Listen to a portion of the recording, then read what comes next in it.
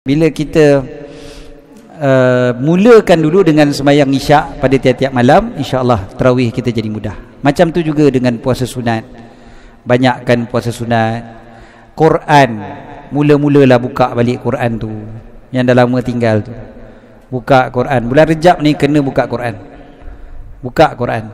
Baca Quran. Walaupun sikit pun jadilah. Setengah muka, suku muka pun jadilah. Kan? Suku muka pun tak apalah. Yang penting tiap-tiap hari. Tuan-tuan nak sedekah rajin pada bulan Ramadan, sedekah tiap-tiap hari daripada sekarang. Bulan Rejab. Bulan Rejab rajin sedekah. InsyaAllah bulan Ramadan senang nak bersedekah. Sallallahu ala Muhammad, sallallahu ala Muhammad, sallallahu ala Muhammad, sallallahu ala. Kenalkan Ustaz Jufri ni dah 2 kali keluar dah saya dia datang sini. Kali ketiga. Jadi tanpa membuang masa, saya terus sajalah bersama tajuk Rejab. Ada apa dengan Rejab? Ustaz, boleh Ustaz insya-Allah. Okey, terima kasih. Assalamualaikum warahmatullahi wabarakatuh.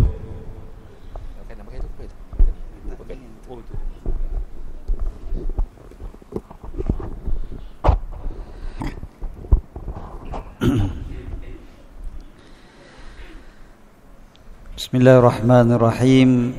Alhamdulillahirabbil alamin. Allahumma salli wa sallim wa barik ala sayyidina wa habibina wa syafi'ina maulana Muhammad miftah babi rahmatillah adada ma fi ilmillah, salatan wa salaman daimaini bidawami mulkillah wa ala alihi wa sahbihi wa mawalah. Subhanaka la ilma lana illa ma 'allamtana innaka antal alimul hakim. Allahumma inna nas'aluka as-sidqa fil qaul wal ikhlasa fil amal. Allahumma amin. Amma ba'd. Alhamdulillah, thumma alhamdulillah, syukur banyak pada Allah Subhanahu wa taala. Terima kasih pada tuan pengurusi majlis, pengurusi dan seluruh jawatan kuasa surau dan imam-imam, bilal-bilal, tuan-tuan guru, para asatizah, ibu-ibu dan ayah-ayah, abang kakak, muslimin dan muslimat, tuan-tuan dan puan-puan yang dirahmati lagi dikasihi oleh Allah SWT sekalian. Alhamdulillah, syukur banyak pada Allah. Malam ni Allah pilih kita. Tadi pengurusi sebut saya dah beberapa kali datang sini, tapi saya tak ingat. Saya pun cari balik dalam kalender. Dia sekarang ni senang je, hujung jari je. Kali terakhir saya datang sini 1 Mei 2015. Dekat 10 tahun dah. Maknanya 1 Mei 2015 tu pula 12 Rejab. Rejab juga. Maknanya surau ni memang jemput saya Rejab je. Kan? Jadi 12 Rejab malam ni malam 9 Rejab. Kan dekat-dekat tu. Jadi alhamdulillah, syukur banyak pada Allah SWT. Yang saya kerap adalah di Masjid Taman Sutera. Kan? Besok pagi pun ada kursus haji Masjid Taman Sutera pukul 9 pagi, insya-Allah. Okey, alhamdulillah, syukur banyak pada Allah SWT. Allah pilih kita pada malam ni. Dan kita tahu yang bila kita dipilih oleh Allah SWT untuk berada di surau ini, ia adalah pilihan daripada Allah SWT, bukan hanya semata-mata dengan kehendak kita semata-mata saja. Kita je nak, pasal kita baik maka kita pun dapat datang ke surau, tak kan? Main lagi orang kat luar sana jauh lagi baik daripada kita, tapi Allah pilih kita pada malam ni, maka syukur banyak pada Allah. Dan nikmat yang besar ni, sebab kalaulah kita tak ada kat surau pada malam ni, entah apa kita tengah buat sekarang. Mungkin tengah makan, sembang, tengok TV dan sebagainya, kan? Tengok bola Malaysia lawan malam ni 10.30. Jadi kena habis sebelum 10.30 lah. Okay. InsyaAllah. Jadi Malaysia lawan apa dah? Bahrain. Negeri yang banjir sebelum hujan. Okay. Banjir dulu baru hujan. Bahrain. Bahrain ni negeri yang ada daripada zaman Nabi SAW. Bahrain. Dia disebutkan dalam kitab-kitab lama. Ada sebut beberapa tempat.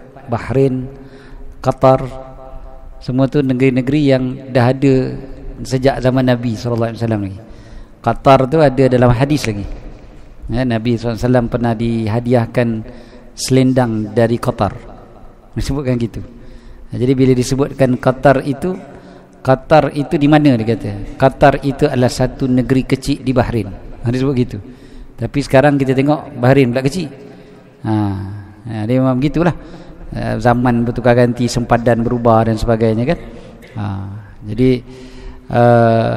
apa pun malam ni Allah Ta'ala pilih kita untuk berada di surau, maka syukur banyak pada Allah Subhanahu wa Ta'ala.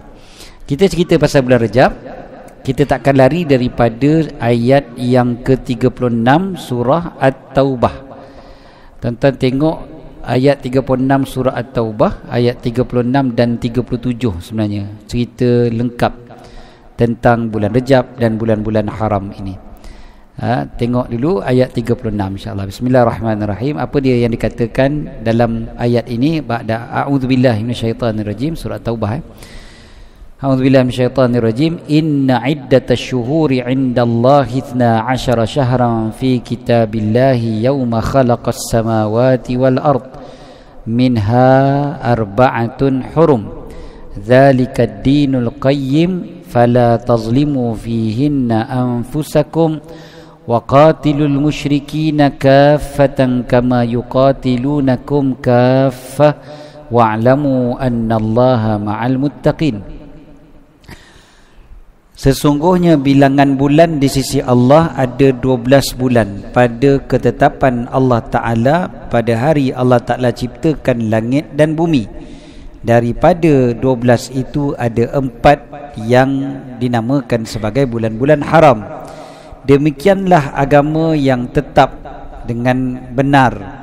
Maka janganlah kalian menzalimi diri kalian pada bulan-bulan tersebut, dan perangilah orang musyrik keseluruhannya seperti mana mereka memerangi kalian keseluruhannya, dan ketahuilah bahawasanya Allah bersama dengan orang yang bertakwa. Okey. Tetap perhatikan ayat ni, Allah Ta'ala sebut inna iddatash syuhur, sesungguhnya iddah ni bilangan, daripada perkataan adat, bilangan. Itu yang jadi orang perempuan kalau suami bercerai dengan dia, suami meninggal ke ataupun berceraikan dia, ada iddah. Iddah ni maksudnya bilangan. Jadi bilangan, kenapa dinamakan orang perempuan tu ada iddah? Maknanya bilangan hari yang dia mesti tunggu sebelum dia boleh berkahwin lain. Itu yang dipanggil sebagai iddah. Dia ada satu lagi dipanggil hukumnya ihdad, yang tu berkabung. Berkabung tu kalau suami meninggal tu, suami meninggal dia ada dua, satu iddah, satu lagi ihdad. Iddah tak boleh kahwin, ihdad berkabung. Dua-dua tu wajib bagi orang yang kematian suami. Jadi ada orang dia relax je, siap pergi umrah lepas suami meninggal. Bila ditanya boleh ke ni, dia kata tak apa, orang macam saya tak apa, dah tua dah, tak ada orang nak kahwin pun, nak tunggu buat apa, tunggu pun tak ada orang nak. Dia kata dia bukan isu tunggu kahwin tu saja, dia ada ihdad, kena berkabung. Berkabung tu yang tak boleh keluar rumah melainkan atas keperluan yang mendesak sahaja kan. Pergi kubur pun tak boleh ingat. Dan lalang ramai muslimat malam ni kena sebut benda ni. Suami meninggal jangan pergi kubur, jangan hantar ke kubur. Haram tau. Kata ustaz ni mula-mula je haramkan dulu kan. Keras betul lah tu. Nak buat macam mana dah kebetulan jumpa ayat ni, jumpa perkataan ni, kena ingatkanlah, sebab benda ni paling banyak sekali.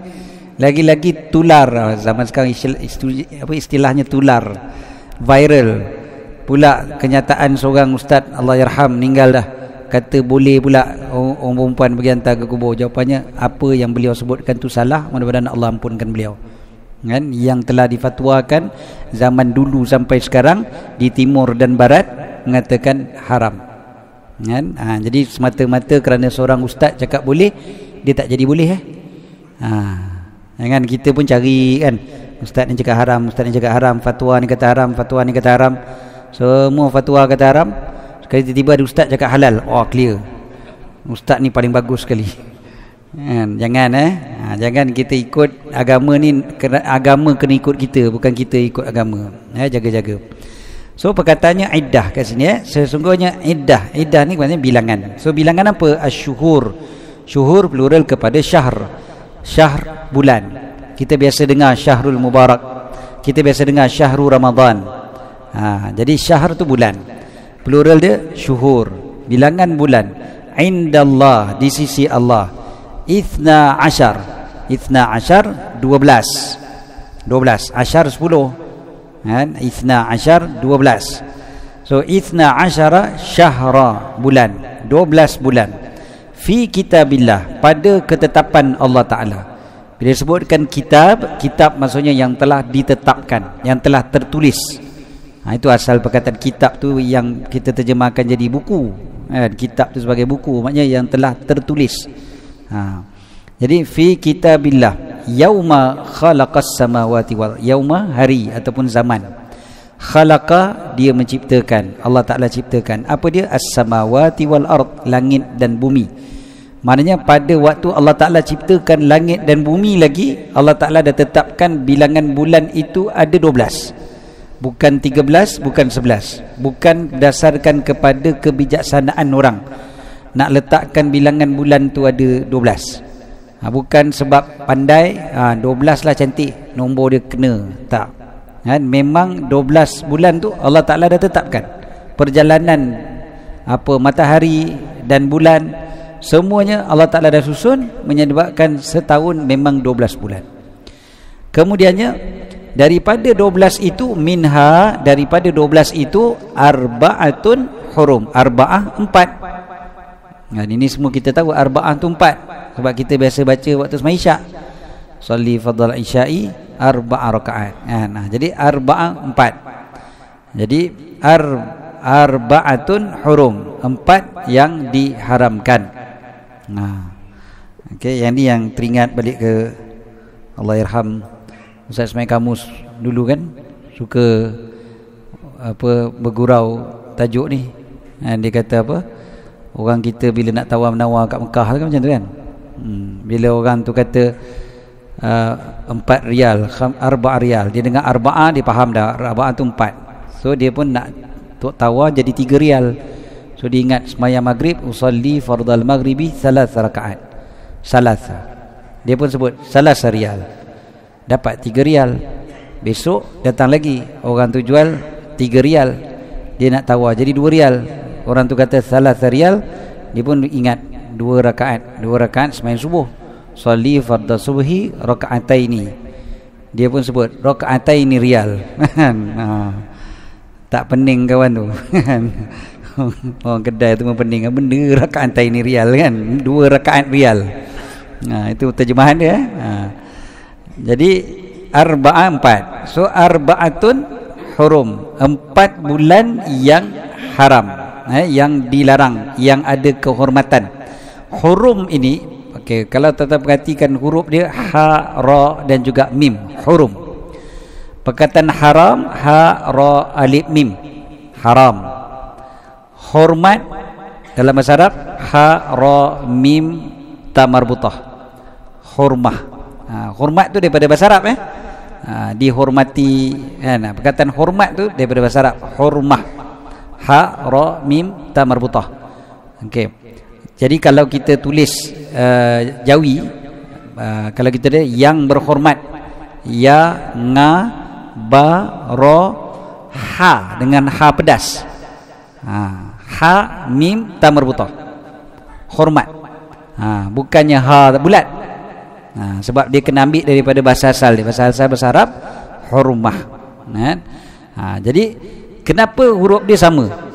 Ada huruf ha, ra dan juga mim. Haram pun macam tu, hormat pun macam tu juga. Walaupun nampak macam antara langit dan bumi dah. Hormat dengan haram, kan? Sebenarnya persamaan dia adalah adanya tegahan, larangan, batasan-batasan yang tertentu. Dua-dua ada. Haram ada batasan untuk kita, hormat pun ada batasan. Maksudnya batasan, kalau kita kata kita hormat, maksudnya ada batasan. Kan? Kalau kita kata hormat pada mak bapak, ada batasan. Kita tak boleh suka-suka je nak menjerit, kan, nak angkat suara pada mak bapak, ada batasan. Dia tak boleh buat sama macam kawan. Itu baru kita kata hormat, kan. Kita hormat guru, ada batasan dia. Itu dia panggil hormat, kan. Kita hormat mufti contohnya. Mufti dihormati, ada batasan. Ada benda kita boleh cakap, ada benda kita tak boleh cakap. Maknanya kita tak boleh sewenang-wenang je nak memperlekeh dan sebagainya, kan. Tak kira lah awak tu menteri ke apa. Saya geram sebenarnya ni. Petang tadi baca berita, kan. Selama dia je sound menteri, sound mufti dekat public macam tu, tak boleh. Tu tak beradab namanya. Nak beradab, nak kalau rasa tak puas hati pun dengan apa mufti cakap, sembang belakang, kan. Bukan cakap depan wartawan macam tu. Tu tak kena. Okey. Kemudiannya, jadi perkataannya daripada hormat, haram, hurum, hormat, semuanya sama. Okey, ada dia punya batasan-batasan dia. Maka bulan-bulan haram ada batasan-batasan dia. Dan ulama sepakat mengatakan 4 bulan yang haram itu berdasarkan kepada hadis Nabi SAW adalah bulan Zulkaidah, Zulhijjah, Muharram dan juga bulan Rejab. So bulan Rejab ni lah. Kalau ada yang kata tak apalah, tu kan ajaran jahiliah. Sebelum Nabi SAW datang lagi, orang Arab memang kalau bulan haram dia orang tak berperang. Ada larangan-larangan dia. Mereka muliakan 4 bulan tersebut. Mungkin ada kata tu kan jahiliah, tapi Nabi SAW datang, Nabi membenarkan syariat tersebut. Dan ayat ni Allah Ta'ala sebut pula, Zalikad dinul qayyim, demikianlah agama yang tertegak, lurus, benar. Zalikad dinul qayyim, maknanya memang itu adalah agama. Itu bukan hanya semata-mata kepercayaan tok nenek moyang orang kafir Quraisy.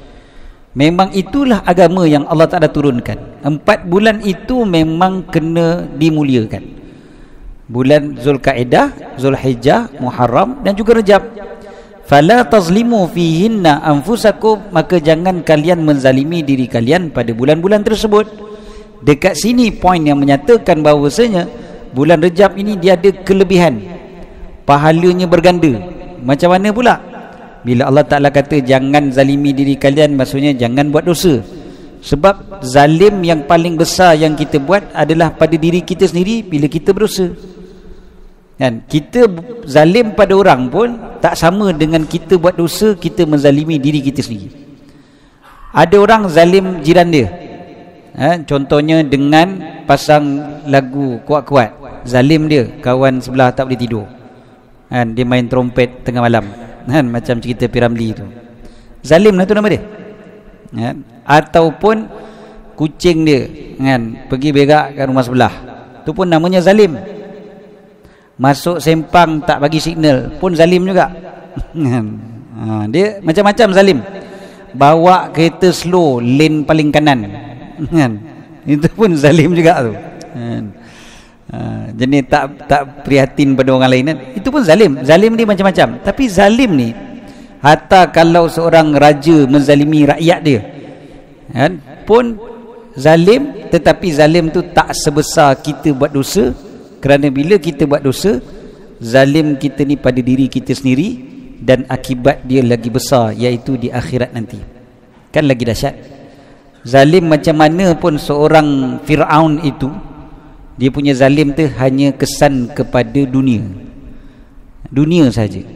Katakanlah dia membunuh rakyat dia, rakyat dia terbunuh itu di dunia. Kalau rakyat dia tu beriman, di akhirat dia akan selamat. Maknanya zalim dia tu pun tak sebesar kita buat dosa. Kerana bila kita buat dosa, kita zalim pada diri kita, dan kesannya jauh lagi panjang dan lebih dahsyat, iaitu di akhirat. Api neraka tak payah kata 5 minit, 5 saat pun jauh lagi besar daripada apa pun kezaliman yang seorang Fir'aun boleh buat. Jadi maknanya bila Allah Ta'ala kata jangan zalimi diri kalian, maksudnya jangan buat dosa. Okey. Jadi bila kata jangan buat dosa, maksudnya apa? Bulan lain boleh buat dosa. Allah Ta'ala kata jangan buat dosa pada bulan-bulan tersebut. Maknanya kena tunggu bulan Syaban lah. nak mengumpat. Kan? Ni bulan Rejab tak boleh mengumpat. Bulan Syaban kita simpan dulu siap-siap. Kan, buat stok. Kan? Nanti bulan Syaban nak mengumpat. Macam setengah orang waktu Ramadan kata jangan mengumpat puasa. Kata okey tunggu buka. Dia buka je dia mengumpat. Zaman sekarang dia ada satu lagi istilah dekat apa tu, social media. Dia istilah dia parking dulu, dia kata. Dia kata parking dulu, nanti buka aku baca balik. Maknanya dia tengah puasa Ramadan, dia park dulu. Dia park sekejap. Maknanya dia nak bagi tahu, kata okey kat situ dia nak cari nanti. Jadi nanti lepas buka dia pun buka tengok, oh dia ni bercerai. Mengumpat ni, kenapa kita kata boleh tak boleh ni? Dia bukan boleh, tak boleh. Bila-bila masa pun tak boleh buat dosa, dan nama pun dosa kan. Habis ayat ni kata jangan buat dosa bulan-bulan haram, maksudnya lebih-lebih lagi jangan buat dosa. Lebih-lebih lagi. Maksudnya bulan Ramadan waktu puasa jangan lebih-lebih lagi jangan mengumpat. Maksudnya bulan lain pun tak boleh mengumpat juga. Tapi waktu Ramadan lebih-lebih lagi jangan mengumpat. Dalam surau contohnya kan, kita kata kita kena muliakan surau. Dalam surau jangan mengumpat, bukan maknanya kat luar surau boleh. Maksudnya dalam surau lebih-lebih lagi jangan buat. Jangan buat dosa. Macam itulah. Okay, so maksudnya apa itu? Ada kehormatan, ada kemuliaan. Jadi bulan yang 4 ini ada kemuliaan. Maka para ulama keluarkan satu kaedah disebut azimu ma'azzamahullah. Agungkanlah apa yang Allah agungkan, muliakanlah apa yang Allah muliakan. So bila 4 bulan yang Allah muliakan, maka kita juga wajar muliakan. Bila kita muliakan bulan yang 4 ini, kita dapat pahala sebab Allah muliakan. Kita muliakan bukan sebab kita punya birthday bulan Rejab ke. Kita muliakan bukan sebab bulan Rejab ni ada keistimewaan apa-apa dari segi dunia kita, tak. Tapi kita muliakan kerana Allah muliakan, maka dapatlah pahala. Apa pun kita buat, niatkan macam tu. Itu benda pertama sekali pada bulan Rejab yang kita boleh buat sekarang, adalah kita niatkan kita sedang muliakan bulan yang dimuliakan oleh Allah. Tuan-tuan malam ni ada kat surau, tuan-tuan niatkan tuan-tuan sedang muliakan bulan Rejab. Kan? Dengan syaratnya tentu sekali kena tahulah dah masuk bulan Rejab. Nak niat macam mana kalau tak tahu dah masuk bulan Rejab? Ramai lagi rupanya orang kat luar sana tak tahu dah masuk bulan Rejab. Saya bersembang dengan seorang pakcik tadi, tengah hari tadi. Dia bersembang. Saya cakap lah, oh lagi 2 minggu tu saya ada ceramah kat tempat tu, ceramah Isra' Mi'raj. Dia kata, Isra' Mi'raj, yelah kita kan dah nak masuk bulan Rejab. Dia kata, dah nak masuk bulan Rejab. Saya ingat dia salah faham, saya ingat dia salah sebut, tersasul. Ingat dia nak kata dah dekat ujung bulan Rejab kan, kot lah tersasul kan. Saya cakap, yelah kita dah masuk bulan Rejab dah kan. Dia pun, dah masuk Rejab je. Maknanya bukan tersasul lah, memang dia tak tahu. Dia kata, kita masuk Rejab dah.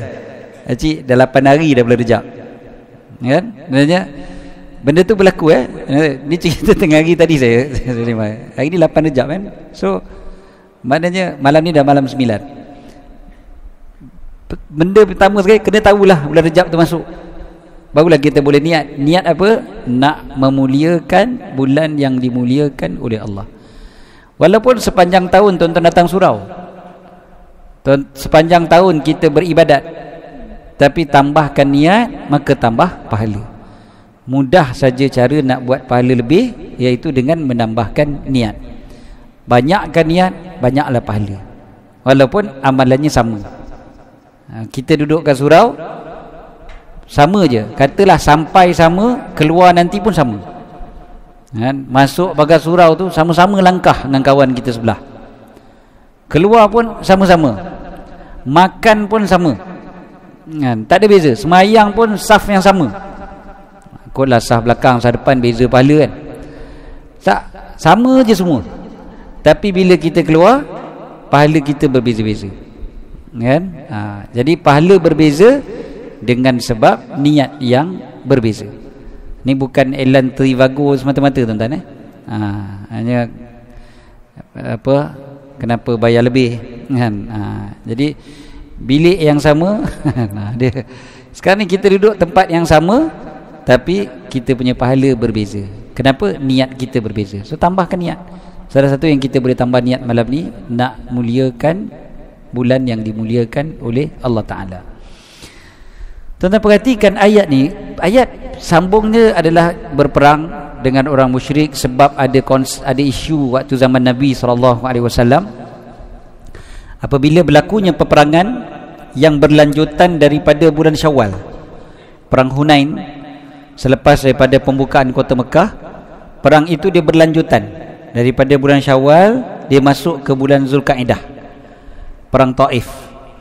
Jadi bila masuk bulan Zulkaidah ni bulan haram, dan bulan haram orang kafir Quraisy semua tak berperang. Sekali tiba-tiba Nabi SAW masih meneruskan perang pada bulan tersebut. Jadi mulalah ada bunyi-bunyi di kalangan orang kafir dan juga orang munafik, mengatakan Nabi telah melanggar bulan haram punya kehormatan. Maka ayat tu sambungannya adalah, perangilah orang musyrik keseluruhannya seperti mana mereka memerangi engkau secara keseluruhannya. Sebab waktu perang kan, jangan pula tiba-tiba sebab perang kita stop dululah, macam orang Gaza kan, masuk bulan Rejab je okey ceasefire, kita tak payah serang, biarlah dia orang je serang kita, mati pun syahid apa. Bukan macam tu konsep dia.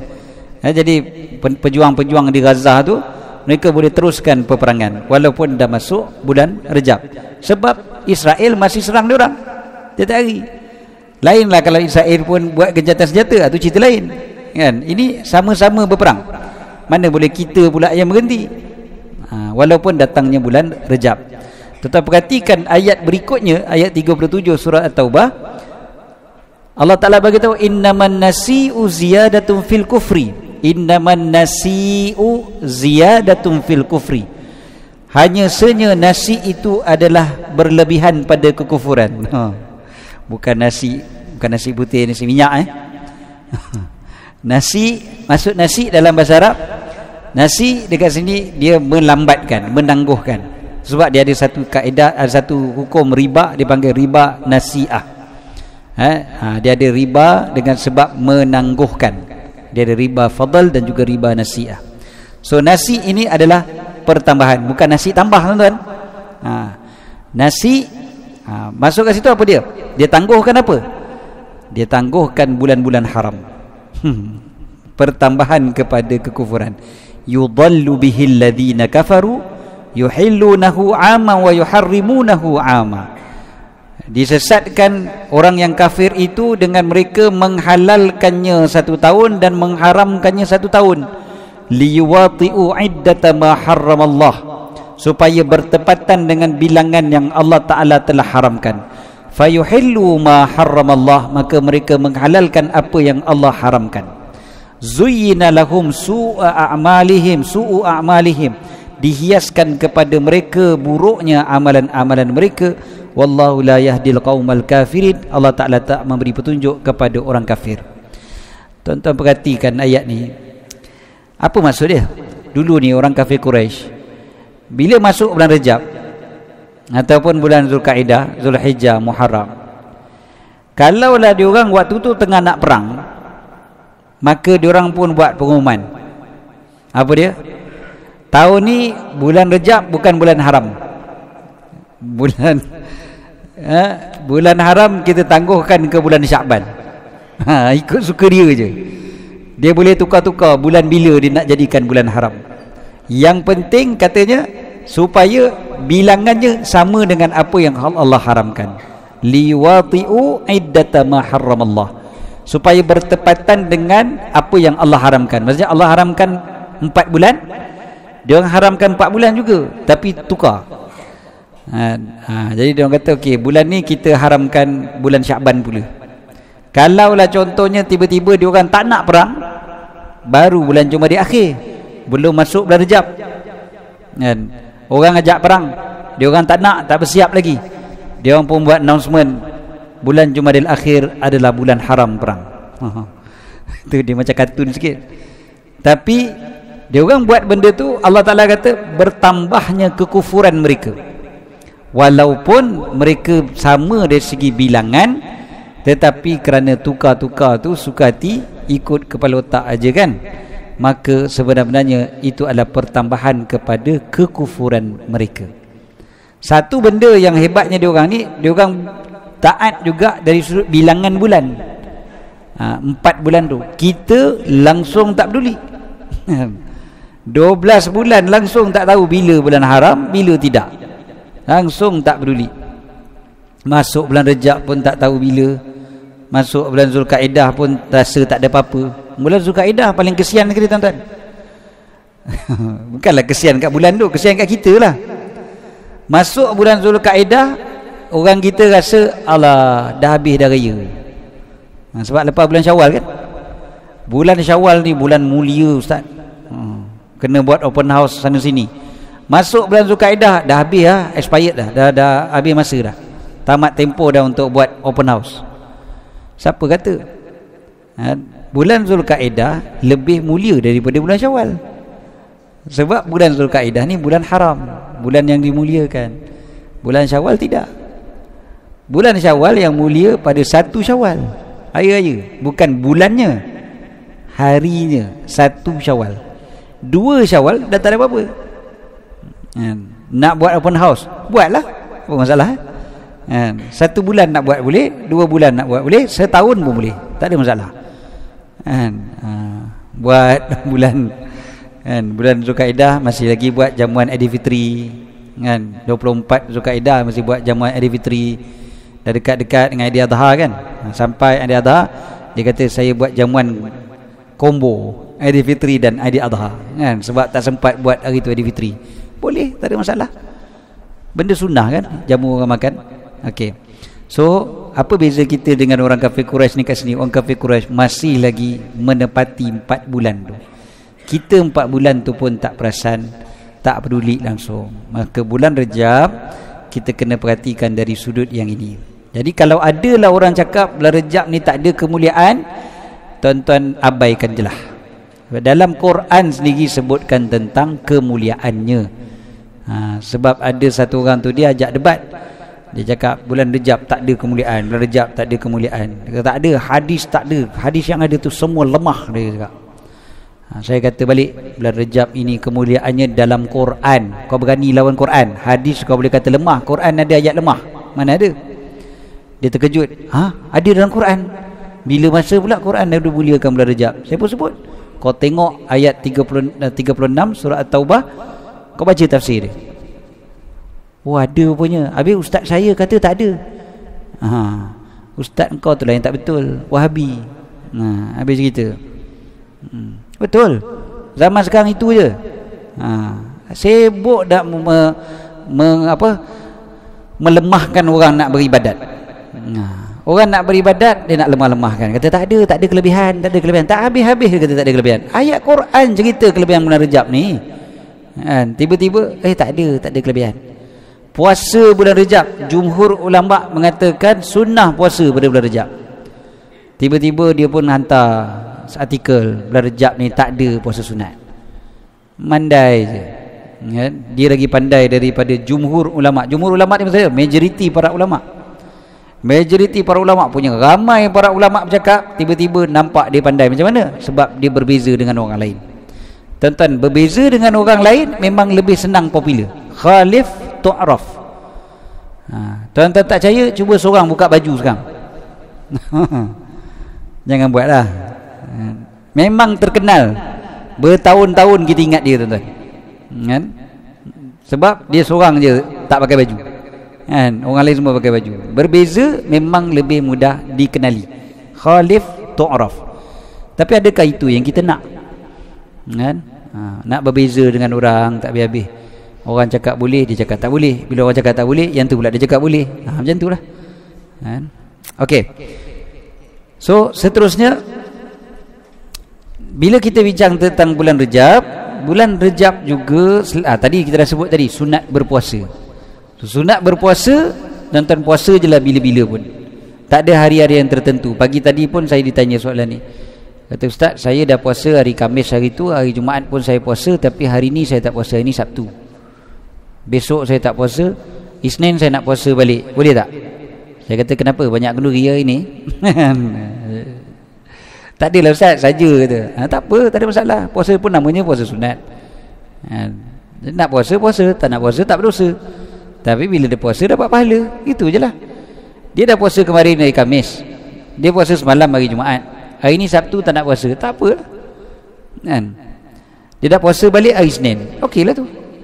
Maknanya rajinlah dia puasa tu kan? Jadi memang disunatkan banyak puasa pada bulan Rejab, tak kisah pada hari apa pun. Walaupun di sana ada hadis yang lemah cerita tentang puasa pada hari Khamis, Jumaat, Sabtu pada bulan Rejab. Tapi secara umumnya para ulama menyatakan puasa bulan Rejab ni dia tak tertentu kepada hari-hari yang tertentu, bila-bila sahaja. Jadi puasa hari Senin, tuan-tuan niatkan puasa Senin campur dengan puasa bulan Rejab. Niatkan aja lah. Puasa qada, siapa yang belum habis puasa qada niatkan sekali lah dengan puasa bulan Rejab. Macam tu je. Okey, selesai berkaitan dengan puasa. Lepas tu apa lagi nak buat bulan Rejab? Bulan Rejab apa ada? Apa ada pada bulan Rejab? Bulan Rejab juga dipanggil bulan istighfar, bulan minta ampun pada Allah. Dosa berlambak, bertimbun. Nak jumpa Ramadan lagi sebulan setengah je. Macam mana agaknya nak jumpa Ramadan dalam keadaan dosa bertimbun? Walaupun ya Ramadan bulan mengampunkan dosa, tapi takkanlah bulan Ramadan bulan ampunkan dosa. Buatlah dosa banyak-banyak sekarang kan? Kumpul dulu stok kan, supaya bulan Ramadan clear. Bukan macam tu. Kita ni tuan-tuan susah nak beribadat kan sebab dosa banyak.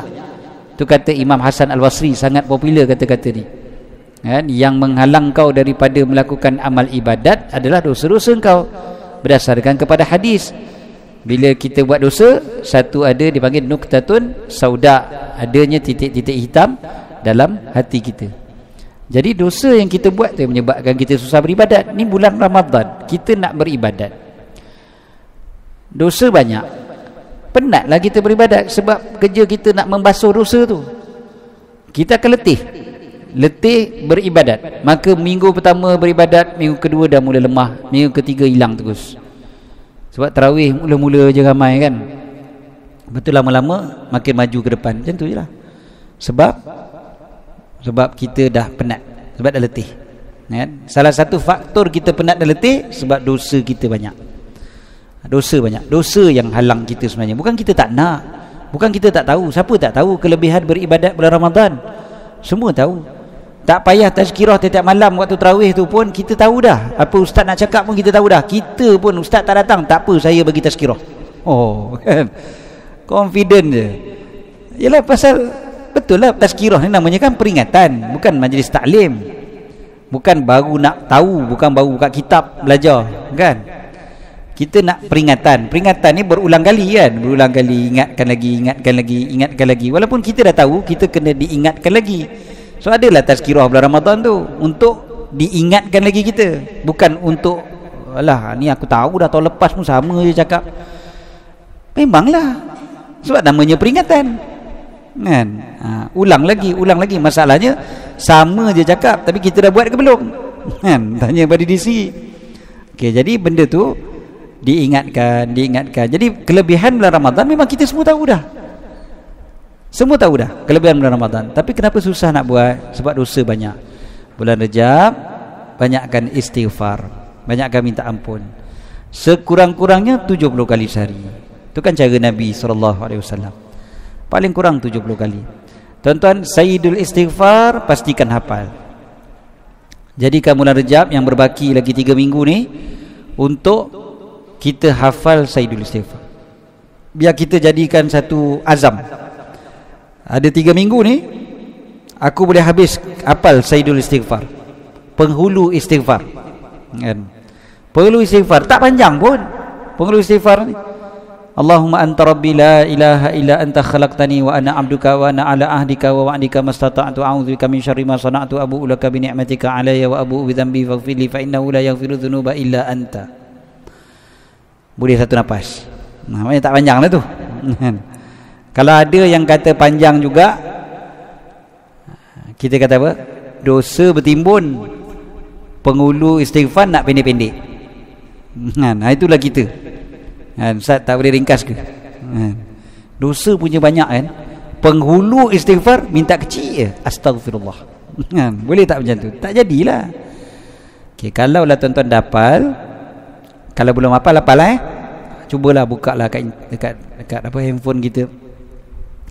Search saja Sayyidul Istighfar, penghulu istighfar. Confirm jumpanya. Takkan tak jumpa. Cari. Lepas tu, kalau dah hafal, perhatikan makna dia. Allahumma, ya Allah, anta rabbi, engkau lah Tuhanku. La ilaha illa anta, tak ada Tuhan yang berhak disembah kecuali engkau.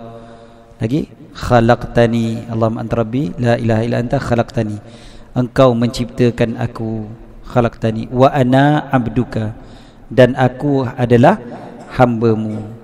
Wa ana abduka wa ana ala ahdika wa wa'dika mastata'tu, aku di atas janji denganmu semampu aku.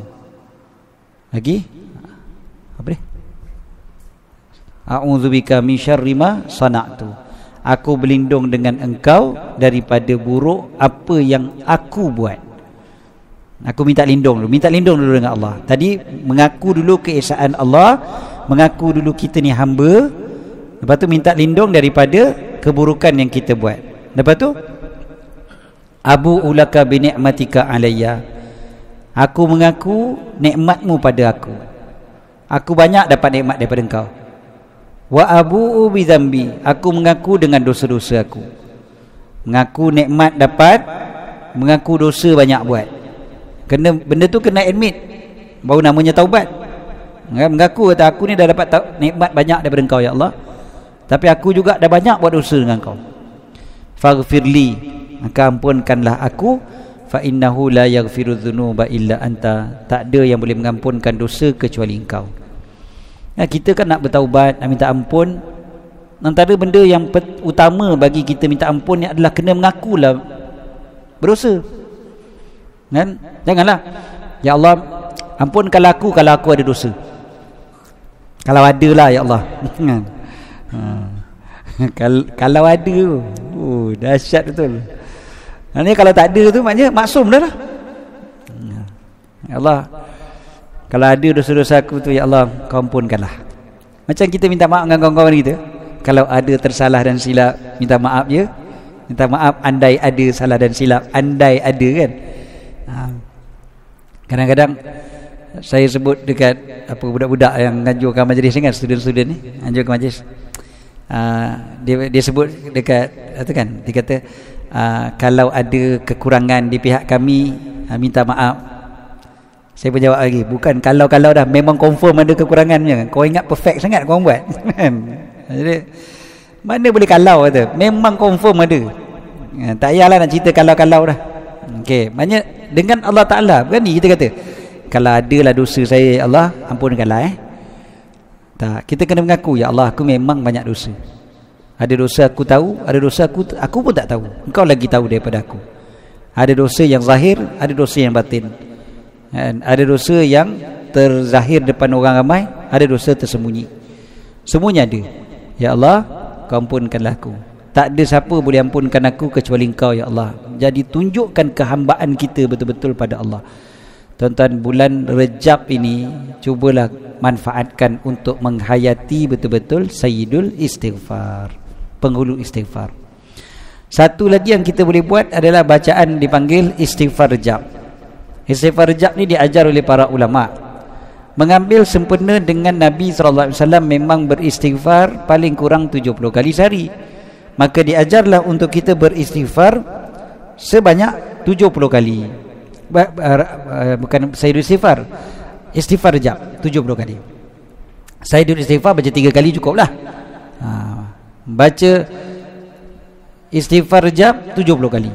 Macam mana Istighfar Rejab? Sama ada kita baca Allahumma ghfirli warhamni wa tub alayya, ataupun rabbighfirli warhamni wa tub alayya. Baca 70 kali. Rabbighfirli warhamni wa tub alayya, rabbighfirli warhamni wa tub alayya, rabbighfirli warhamni wa tub alayya. Laju sekejap je. Kalau baca 70 tu agak-agak apa? 3 minit. Habis. Sekejap je. Tuan-tuan keluar ni baca rabbighfirli warhamni wa tub alayya, rabbighfirli warhamni wa tub alayya, rabbighfirli warhamni wa tub alayya.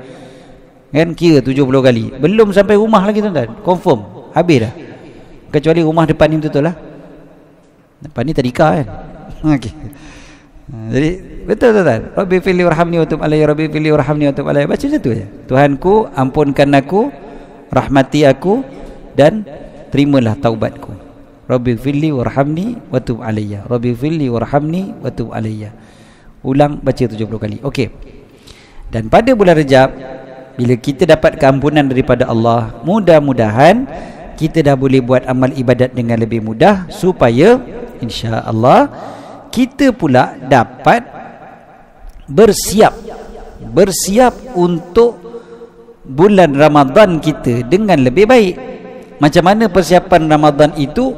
Dengan cara kita dah buat masuk waktu dah. Okey, kita dah buat dulu amalan sebelum bulan Ramadan.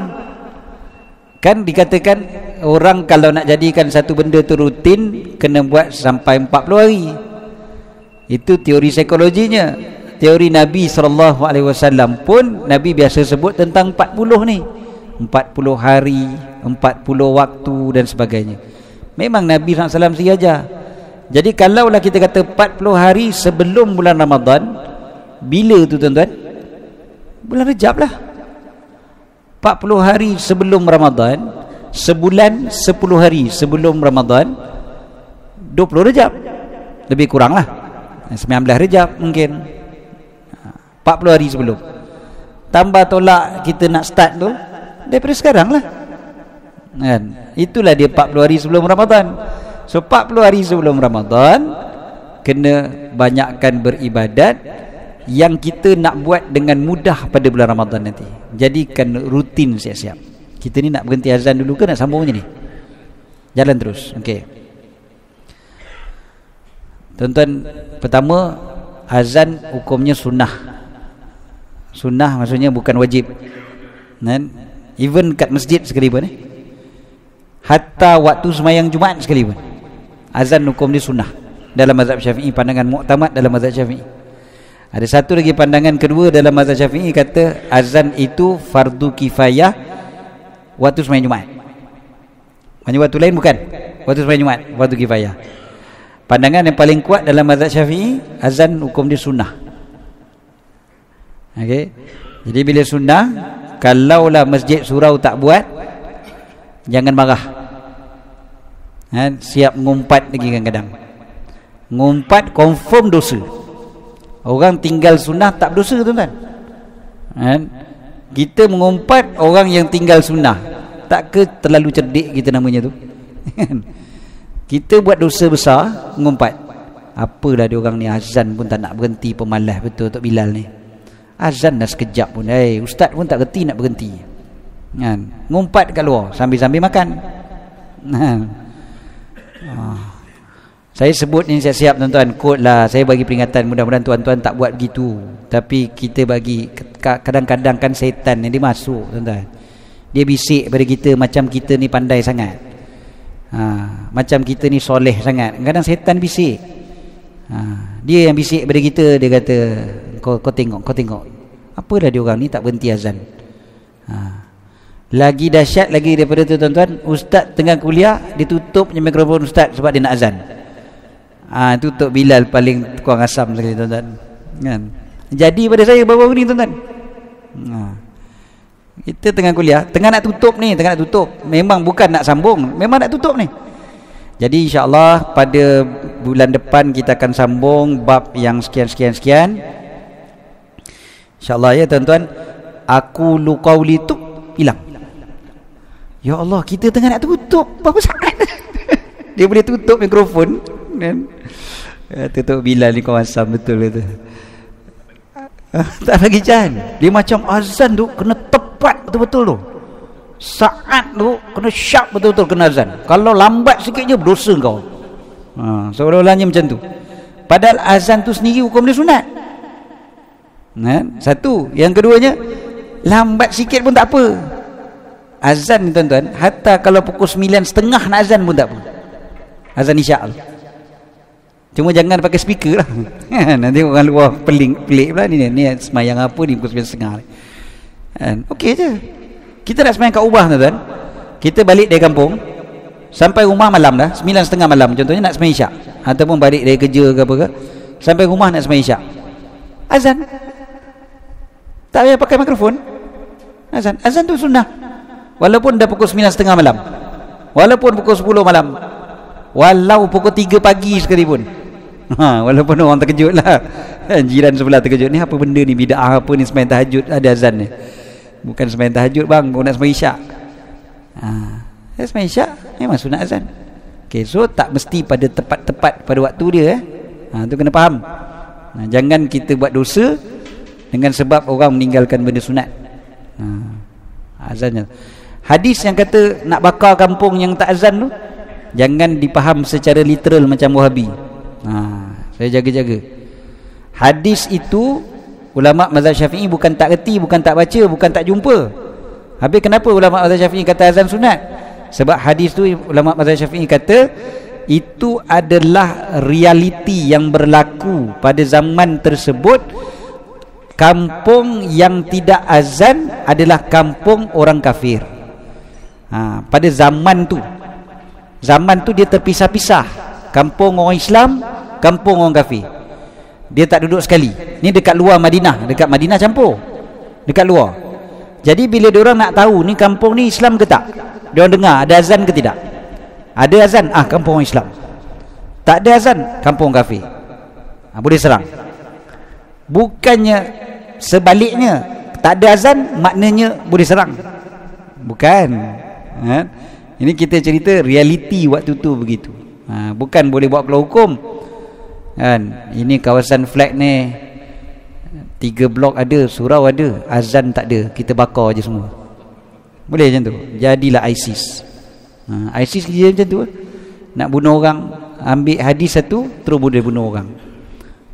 Jadi jaga-jaga tuan-tuan. Azan hukum dia sunnah. Okay, balik sebelum tadi, istighfar. Kita nak berazam buat benda baik sebelum bulan Rejab. So daripada sekarang ni, sebelum bulan Ramadan, bulan Rejab lah kita buat. Tuan-tuan nak apa bulan Ramadan ni, tuan-tuan dah plan. Okey, nak semayang tarawih tiap-tiap malam di surau. Dah berazam daripada sekarang. Tahun-tahun lepas ada juga tahun yang dapat, ada juga tahun yang tak dapat. Contohnya, ada tahun dapat 30 malam dekat surau, ada tahun dapat 20 malam aja. Contohnya. So kita pun fikir, okay, aku nak 30 malam. Tahun ni 30 malam aku nak berjemaah sembahyang tarawih. Sembahyang tarawih kan memang disunatkan berjemaah, walaupun sembahyang seorang pun sah. Tapi kan lebih baik berjemaah. Kita pun sembahyang berjemaah. Kita niat nak berjemaah. Macam mana cara dia? Daripada sekarang kena buat. Bukan sembahyang tarawih. Jangan pula ada yang kita start sembahyang tarawih malam ni lah. Mukaddimah kepada Ramadan. Warm up. Bukan. Datang ke surau tiap-tiap malam. Pastikan sembahyang isyak berjemaah. Cuba dulu benda tu. Kan?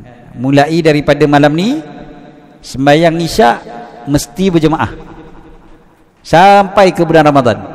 Percayalah tuan-tuan, kalau mula malam ni sampai bulan Ramadan tuan-tuan tak miss sembahyang isyak berjemaah, Ramadan nanti senang sangat untuk sembahyang tarawih. Sebabnya dia dah jadi rutin.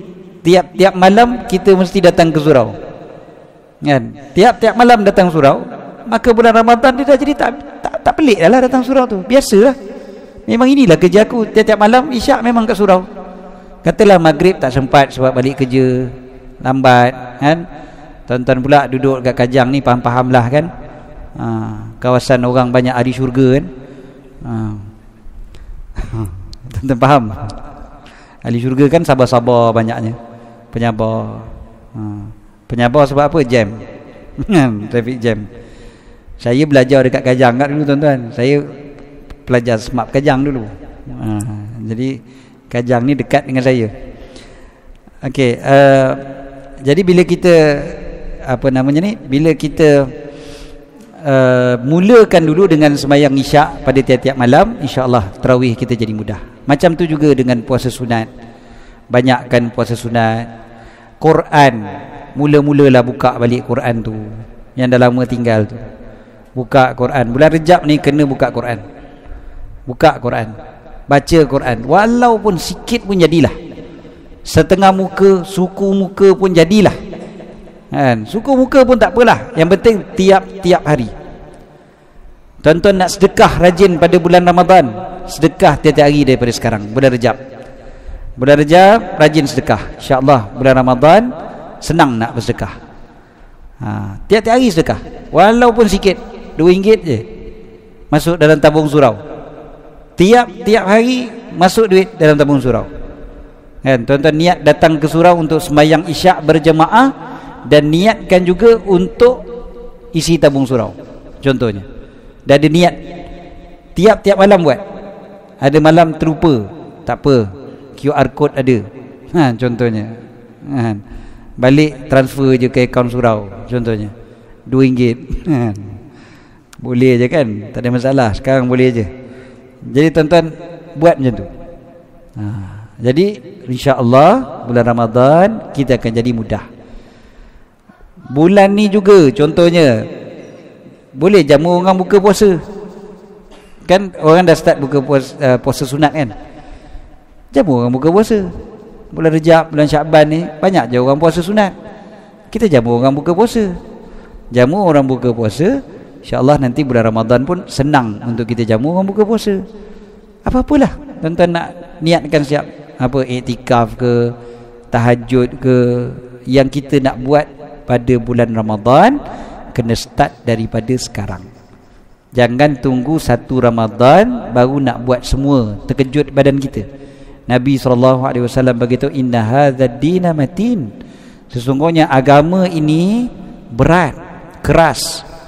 Kita tak boleh melompat terus nak buat semua benda, kita sendiri yang akan lemah.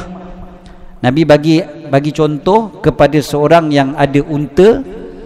Untanya dipecut sekuat hati di atas padang pasir, sebab kononnya nak sampai cepat, tapi tempatnya jauh. Jadi akhirnya untanya pingsan di tengah jalan ataupun mati di tengah jalan, sebab tak tahan kena pecut begitu dahsyat. Kan? Akhirnya dia tersadai di tengah padang pasir tanpa kenderaan.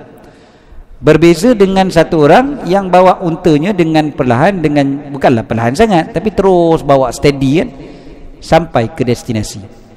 Nabi SAW bagi contoh ini pada agama. Agama ni kalau kita nak buat semua sekaligus, nampak hebat, tapi sekejap aja kita akan keletihan, pingsan, habis semua kita tinggal, tak larat dah. Maka oleh kerana tu buat dulu sikit demi sikit. Bila nak buat tu kena daripada sekarang, sebab bulan Ramadan dah tak jauh.